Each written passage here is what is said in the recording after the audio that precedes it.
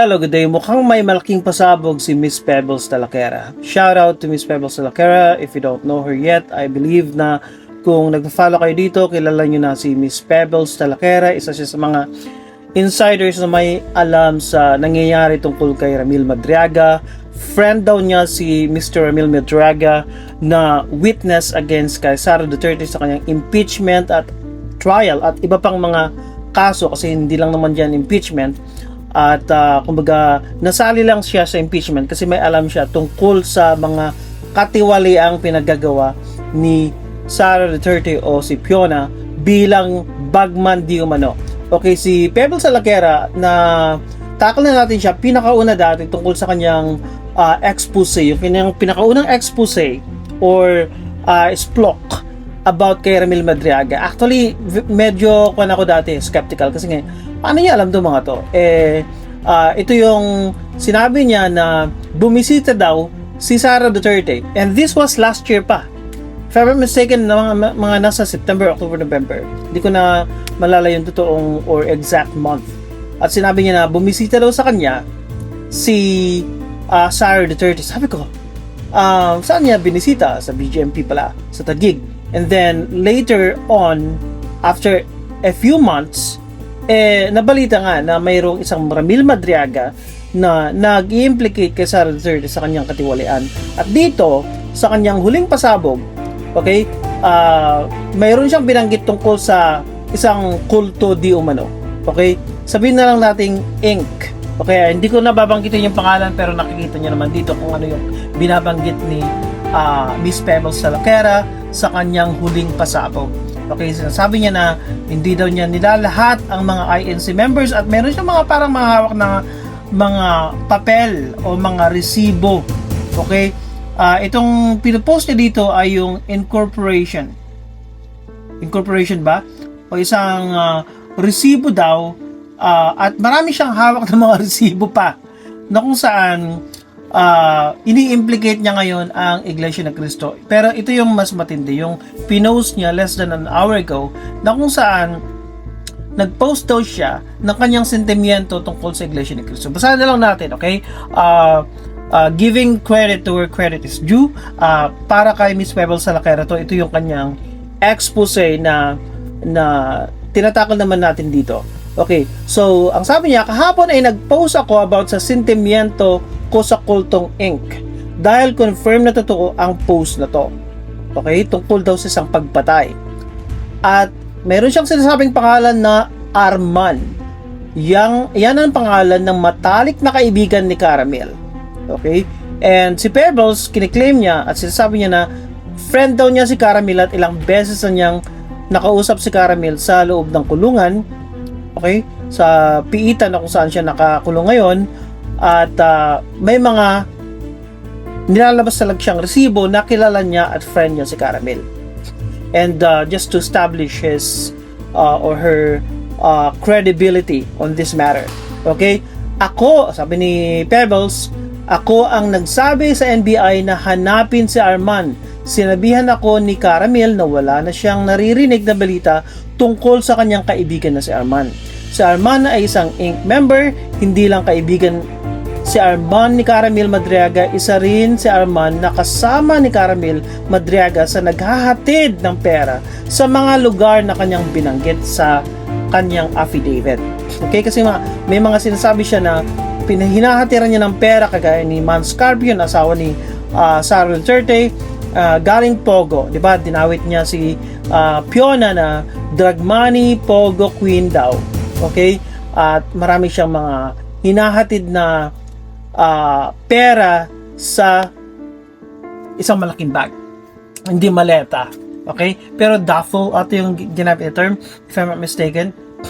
So, wala silang alam kay Arman. Ang tanging nakakalam ng kanyang ginagawa ay ang mga demonyo sa itaas ng namumuno sa Inc. So, ibig sabihin, implicated dito ang Inc. So, kailangan ng halimbawa, I'm not saying that this is true. I'm just I'm skeptical unless, there are pieces of evidence proving that this is indeed true.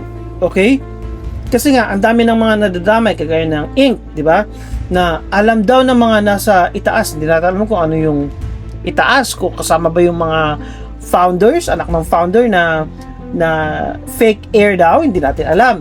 So sinasabi ko na dati na kailangan ng, 'di ba, kailangan ng mag-step up ang government at tingnan itong kulto na to at palayain or i-revisit yung case ni Angel or Angel Manalo na sinasabi nilang siyang tunay na tagapagmana at yung nanay niya na ginigipit at pinakulong nga yung kapatid, di ba? Parang yung away ni na Babalina at PBBM na magkapatid pero nag-aaway, ito pa kaya, di ba?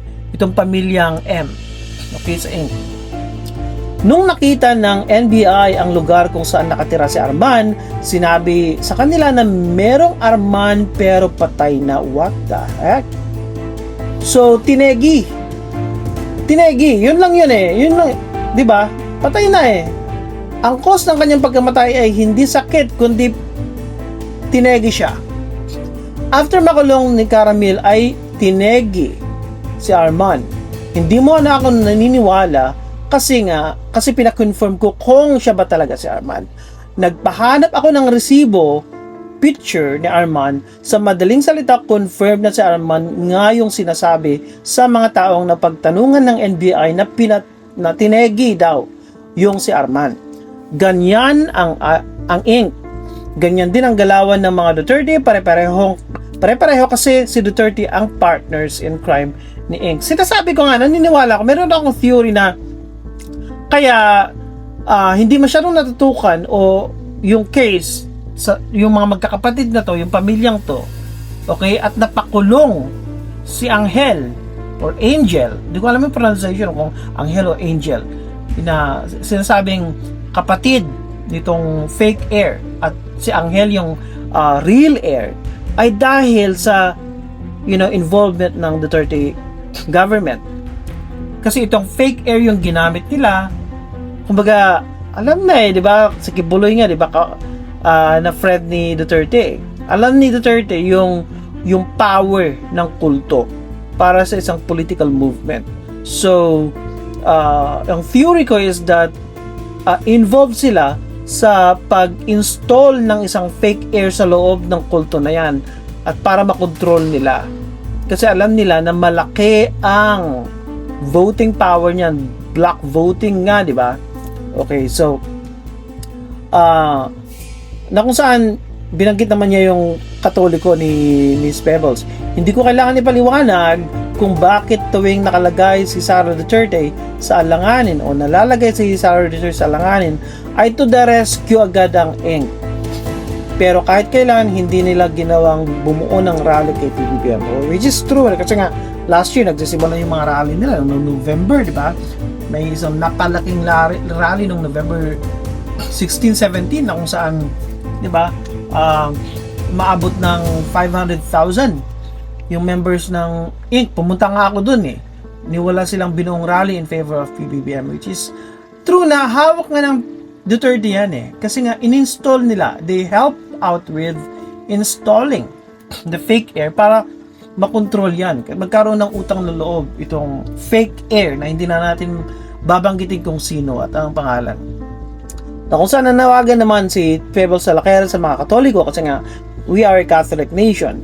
Hindi man ako Katoliko, hindi ako religious, pero okay, laktawan na natin.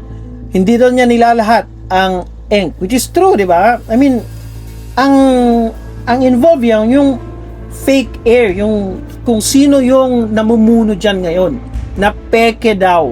Okay, naniniwala ako na peke at kailangan i-revisit yung kaso ni yung real heir na si Angel o Angel.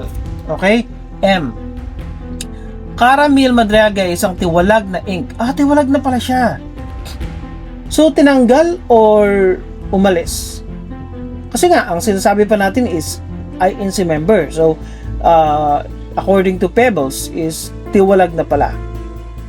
Parang si General Torre din na isang Inc. member, si Bantag at si Kapper Silapit. O nga ang daming mga Inc. dyan sa gobyerno. Kaya nga, may chismis pa, na hindi na chismis, na yung mga ina-appoint na mga top executives ng BJMP, yung kulungan na yan, ang ating penitentiary system, ay mga INC, tapos ginagamit daw si Bantag sa mga pagtegi. Di ba? Kasi nga, yan ang parang Death Incorporated. Di ba? Mga death dealers ginagamit. At sino pa ba? Kung ang iuupo dyan, kung hindi yung may kapareho sila ng Caracas na si Bantag na fugitive na ngayon, na suspect sa pagpatay kay Copper Silapid. So napapansin niyo yung trend, kung sino yung mga natitiwalag o umaalis, sila yung mga nasa good side. Kung sino naman yung mga demonyo o mga nasa evil side, sila yung talagang kinikip ng ink na yan. Kasi nga, ang namumuna ay isang demonyo daw, di ba? Sabi ni Pebbles demonyo. So, sa confirmation ng pagkamatay ni Arman at sa aking nalalaman, and I'm quoting Mima Pebbles Salakera, dito ko napagtanto na hindi mabigat na kalabanin ang korap na tao sa gobyerno. Siguro, binabagit niya siguro ang ink. Ang mahihirapan sa mga taong katulad ko ay lumalaban sa korupsyon ng ink. Which is true kasi nga, 'di ba? They hindi lang sila ma-impluwensya sa loob ng gobyerno. Kilala din sila sa paggamit ng dahas. Okay? Kung nagawa niya yan sa kanyang kapamilya, sa kanyang kapatid, sa kanyang nanay, 'di ba? Magagawa niya rin yan sa hindi niya kapamilya at dadanak ang dugo.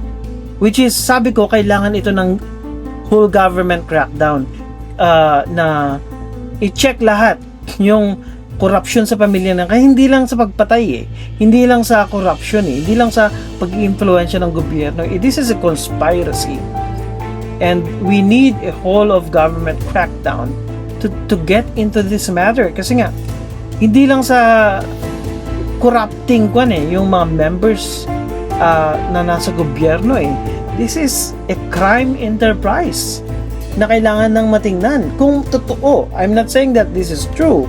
I'm still skeptical until we see the smoking guns, okay, na hawak hindi lang ni Copper Silapid, kundi yung mga kapatid din nitong fake heir at kapamilya, and I'm referring to the real heirs of ink, diba? Kasi alam ko may mga movement may mga tao na sa loob ng ink na yan na nag-iisplok, na naniniwala na may isang totoong tagapagmana at yan ay nakakulong sa BJMP, if I'm not mistaken. So, sa confirmation ng pagkamatay, saan na siya? Nakakasawa kayo mga politicians na Katoliko na nakikipagsabwatan sa ink. Lalabas ko lahat ang pangalan nyo, sabi ni Miss Pebble. So, laktawan na natin. Pinadalhan ako ng death threat ng isang ink member, yung pinost ko nung nakaraan. Hindi ako tumigil sa pag-research sa kanila sa involvement nila sa korupsyon at kung paano ito nagsimula. Totoo yung sinasabi ni Garma na pinahanap niya siya ng isang ink ni Duterte, at ito yung si Bernardo if I'm mistaken. Pinahanap na siya ng isang ink member. Kasi nga, alam kasi na Duterte yung galawan sa politika. Yung galawan pa lang niya na isang fake na may compassion daw siya. Yan yung galawan ng mga politiko sa probinsya Okay? Alam ko yan kasi taga-probinsya ako at nasa politika yung pamilya ko dati. Okay? So, yung galawang trapo, alam nilang paano mag-manipulate ng mga tao at alam nila yung impluwensya ng isang kulto sa isang political movement. Kaya nga, si Garma yung inutusan niya na maghanap ng isang ink member na magiging head ng Napolcom. Yun yung tinanggal, di ba? Bernardo, ito yung pangalan niya, nakalimutan. Roberto Bernardo, if I'm mistaken. So, okay. Totoo yung sinasabi, okay, ano saan siya? Pero ang totoo totoo, pero ang hindi totoo sa sinabi ni Garma ay ang dahilan kung bakit ink ang gusto ni Duterte. Ang sabi ni Garma ay mapagkakatiwalaan daw sa pera. Hindi yan ang dahilan, which is true, dahil may death army din ang ink na katulad ng KOJC, yung Angels of Death, di ba, ni Kibuloy, na isang utak na nakapagpapatayo ng KOJC ay si Duterte. Oo, alam ko nga, kasama sila Kibuloy at si Duterte. They were partners in crime sa pagpapatayo ng KOJC. Kaya nga, Davao yan eh. At nung nakulong si Kibuloy, na unang Bartolina, ay si Duterte ang ginawang administrator eh. Ewan ko kung ano nang nangyari, kung sino ng administrator ngayon, kasi naka-freeze na yung asset ng KOJC eh. So, magaling si Duterte sa ganyang lakaran. 'Di ba? Yung maling gawain at malademonyong gawain. Kasi nga, also my theory is that si Duterte yung co-founder ni Kibuloy eh. At money laundering enterprise yan eh. Kaya nga may isang building na doon nagtago si Kibuloy at ayaw nilang mapasok yan. Sabi ni Tory noon, 'di ba? Pag napasok namin yan, marami kaming malalaman. Yung Bible's building, if I'm mistaken, Bible building, na maraming nakatagong na baho, skeletons in the closet. Sabi ko nga, hindi lang ng Kibuloy, kundi ang buong KOJC at kasama na dyan si Duterte. Malalaman ang baho nila. So, okay, tuloy natin yung basahin. Hindi nyo ako magagalaw, ink. Kilala ko kung sino ang inatasan yung pumatay sa akin. Magtegi sa akin, sabi niya. Kasi nga may death threat na eh. 'Di ba? Kasi nga when some people are threatening to end us, maniniwala tayo doon, take them at their words, 'di ba? Si Ariel M, ang tao ng ink na tutumba sa akin. Mayroon nang nakaatas eh. Which is we take this seriously. This is not a laughing matter. Sana safe si Mima Pebbles kasi we're talking about death na eh, pagpatay na eh. Pero hindi nyo yan magagawa. Alam nyo yan kung bakit pero hindi pa rin eh. Kung kaya nga niyang mapakulong yung kapatid niya eh. Di ba? At nanay, mga kapatid, alam niyo yan kung bakit at hindi niya magagawa dahil naka-alerto na ang grupo na pumoprotekta sa akin. Which is NBI siguro. Kasi nga nabalasan ng NBI eh. Si Melvin Matibag nga ang inupo dyan, di ba? Lahat kayo na gusto akong ipatumba ay kilala ko. Kasi alam ko, if I'm not mistaken, kung sinumbong ni Pebbles kay Melvin Matibag na direktor base sa pagkakaalala ko at ng mga nakikita ko, kung nananahimik ka pa, kilala kita. May sinasabihan dito sa Pebbles, o baka may chance na maipatumba nyo ako pero lalabas lahat kung sino-sino kayo. Kung natatandaan nyo, nung isang araw na pinost ko ay may meeting ako, matagal na akong nakikipagpulong sa kanila, which is I believe NBI. Yung tarot reader na nagsabing may offer na trabaho at sinabi ko na totoo yung sinabi niya, pero hindi po yun recent lang. Matagal na akong member na grupo ng galit sa corruption, kaya alam ko na isa sa ink ang gumagawa ng corruption sa ating bansa. Talagang nandyan sila isang galamay yan Octopus nga ang tawag ko dyan Kultong octopus. Alam nila kung paano paano gumalaw sa loob ng gobyerno para maging impluwensya. Black voting is one of their sources of influence.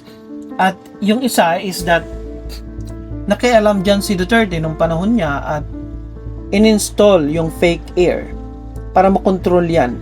Ganyan isa sa pinaka-worst na corruption na nangyari sa ating bansa. And the goal of Duterte is to keep them in power. Hindi lang yung pamilya niya, kundi yung mga kaalyado niya. Kasi alam niya kung ano yung influence ng, kumbaga isang virus install sila ng virus sa isang system, malaking computer system, at yung virus na yun ay yung fake air at pinakulong yung totoong or kinonfine yung totoong sistema. Okay? Yung operating system ay naka-confine. Okay? Kumbaga nakakulong sa loob ng computer system na yan at yung virus na yan yung nagmamanipula na. Okay? Ganun kung mahihalin tulad yan. Okay? Tuloy natin.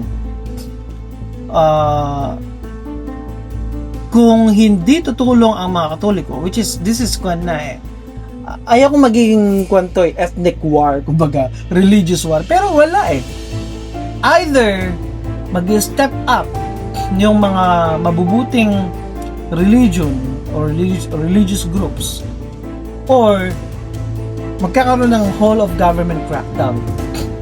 Kailangan ni PBBM na isang top secret to kasi nga marami silang galamay sa gobyerno, yung evil ink na yan na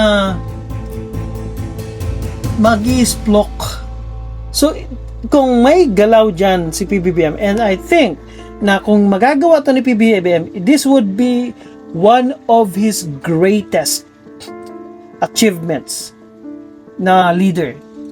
Pero the way to do that is ipa-revisit ni PBBM yung case ng real heirs, si Ka Angel M at yung nanay niya, palayain siya. Okay? And i-check yung kaso ng kulto. Gamitin itong gamitin itong real heirs para kalabanin yung virus. That's the only way para mabulgar na ang kabulusugan ng kulto na yan. Kasi nga involved sila they're involved in many crimes in the government, not just corruption, kundi pagpatay.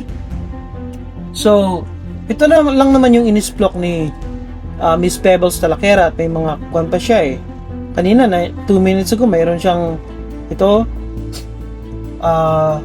inisplok siya. Naniniwala ako na credible siya alam niya yung sinasabi niya so kudos Miss Pebbles for the courage. Please follow her and sana safe ka at yung nagbibigay sa'yo ng death threat ay mahuli na. So yun lang naman ang update mula kay Miss Pebbles and have a good day.